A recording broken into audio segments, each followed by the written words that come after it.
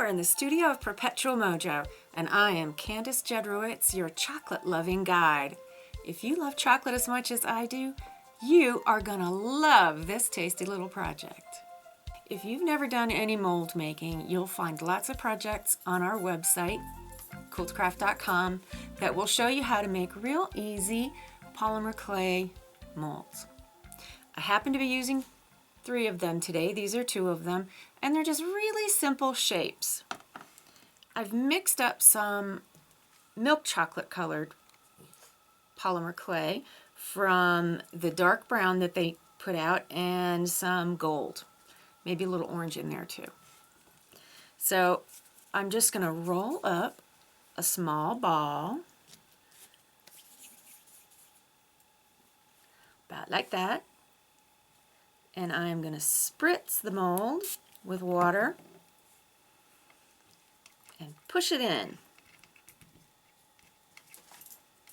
For this molding process, you don't want a center deep depression. You want it to be even all the way around. Otherwise, it wouldn't make a difference. But because you want a thumbtack in there, you want the shape of the thumbtack to be the only depression.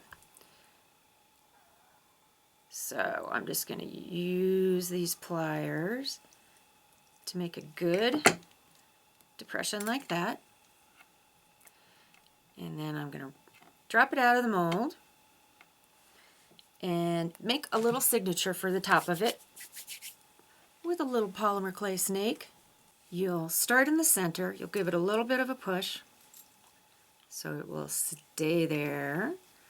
And then wrap your snake around until it looks just right to you. That looks right to me. And then I'm going to give it a push to flatten it out a little bit like wet chocolate would be, melted chocolate. And the last thing I do before I bake it, according to the directions on the package, is make sure that my thumbtack still fits in. And it does. After your pieces are cooling, that's the time to glue. I'm using Aleene's Platinum Bond Super Gel, and it is a very, very good glue for this kind of thing. I'm just going to put a drop in the center and put the tack on in the depression, and then I'm going to lift it to eye level, and I'm going to check all the way around to make sure that it is in alignment.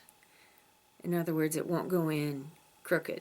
You don't want it to be crooked. Okay, that looks good.